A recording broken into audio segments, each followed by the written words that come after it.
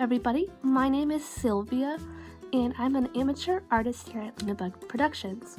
So I've noticed that a lot of LPS tubers like to do art. So I figured I would share some drawing tips of mine today about anatomy, which might help you to improve your artwork. So with the help of one of our human friends, we are going to show you some drawing tips on anatomy.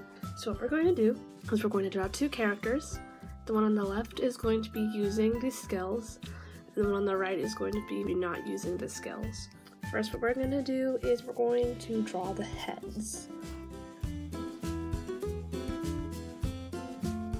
don't be afraid to have your drawings be a little sketchy. Always erase extra marks later. So now we've got two heads. So the first thing I've noticed a lot of people do is shoulders. Shoulders are always going to be wider than the head. I've noticed that some people will make them smaller than the head. This is an example of having the shoulders are wider than the head. That is anatomically correct. Now if we draw it the other way, if you know a bit about anatomy, it will make your drawing so much better. I've also seen people do this, and that is also not correct. Shoulders are sloping. So next, let's create this character's face.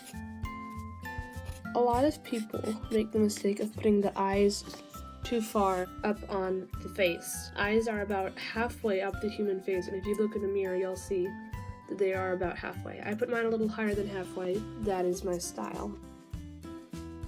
A lot of this is just personal style, but I always suggest adding an eyebrow if you want to improve your drawings.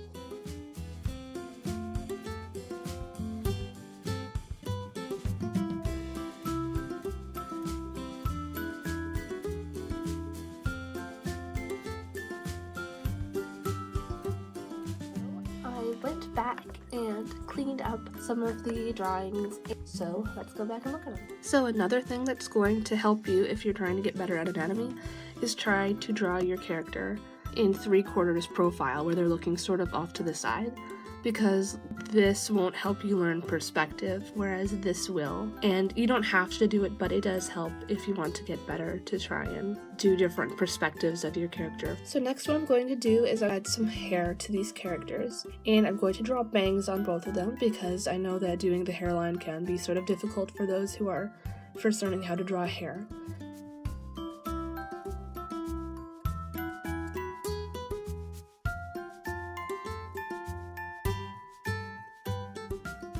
To add little bits of hair that sort of stick up because I think it makes it look a lot more realistic, or at least I like that in my style.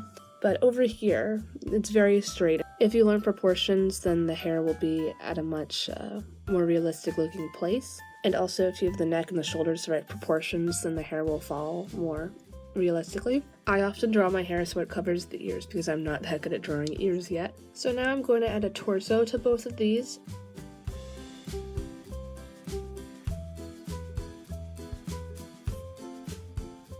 Briefly, I want to talk about proportions. So over here we have more realistic proportions, though definitely not totally realistic, and over here we have more cartoonish proportions. At first, when I tried to draw humans, I tried to draw very realistically, and then it sort of turned into more of a cartoony style. So if you do try to draw realistically first, I've found that it helps my drawing. And also, when you look over here, you can sort of see that there's energy to the drawing, while as over here, this person is looking off to the side, but beyond that, they're sort of all the same shape. Stick straight, not really moving. Also, drawing in 3/4 does help you to find this, but moving the limbs around, changing how high the shoulders are, and where the chin is will really help you be able to bring your drawings to life and put them in situations. So just to speed things up, I drew in the rest of their torsos, the top of their legs, and their arms so that we could talk about arms. Hands are hard to draw. That's just a fact that hands are hard to draw. So often people will put them in a pocket or behind the back, or draw them but not add any fingers, just the general shape of the hand. And here's the truth about art. You're never going to get better if you don't practice. You are going to need to learn how to draw hands. So what you can do is just take your hand and reference it. That's what I did to basically draw this sort of fist bump hand. That will help you out a lot. And also the proportions of arms. So you can check this out on your own body because it'll probably be slightly different for you.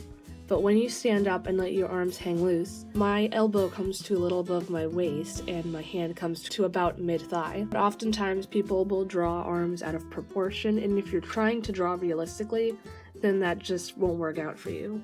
And also the width of arms. I've seen most of the time people make arms too skinny, so it is difficult to get the width correct. You'll have to experiment with that.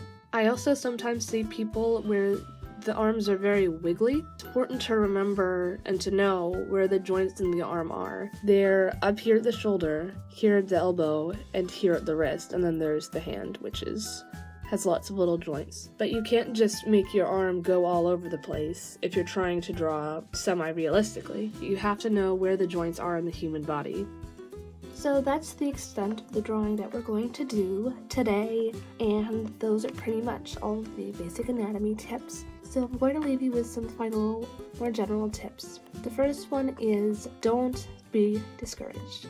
It takes time and it takes practice to get good at something.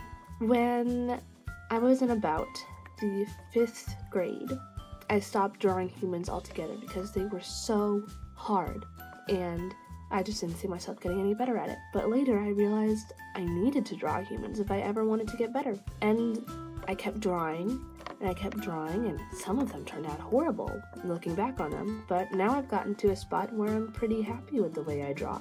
It takes practice, and I still need to practice drawing ears, feet, hands sometimes, so keep practicing, okay? And don't avoid the things you can't draw, because then you'll never be able to draw them. Secondly, don't try to copy people. If you try to copy people, you'll just end up trying to be them. Not only that, but you'll also learn all their bad habits.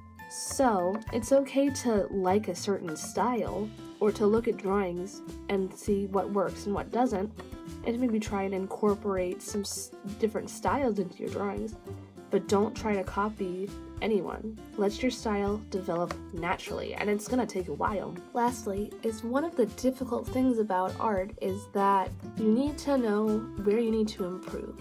So when you look at your drawings, I want you to say, okay, where can I make this drawing better? What do I need to work on? But don't get discouraged over it. You should also look at your drawings and say, wow, I like how the hair turned out on this one. I like the colors. I like how the eyes turned out. You have to both realize that yes, you need to improve, but you also already have talent. You've already got stuff that you're doing well. So remember that. Stay optimistic. Keep practicing. And don't put yourself down too much. If your friends or your family are putting you down, you don't need to show your drawings to them. It can be your own little thing. The only person you're competing against is yourself. I want you to remember that. And also remember, you're going to create drawings that no one else is going to be able to create. You are going to create things that only you can create. That if you hadn't done, the world would never have. Remember that. Keep drawing, keep being awesome, and keep staying positive. This is Sylvia, signing out. Remember to let your light shine.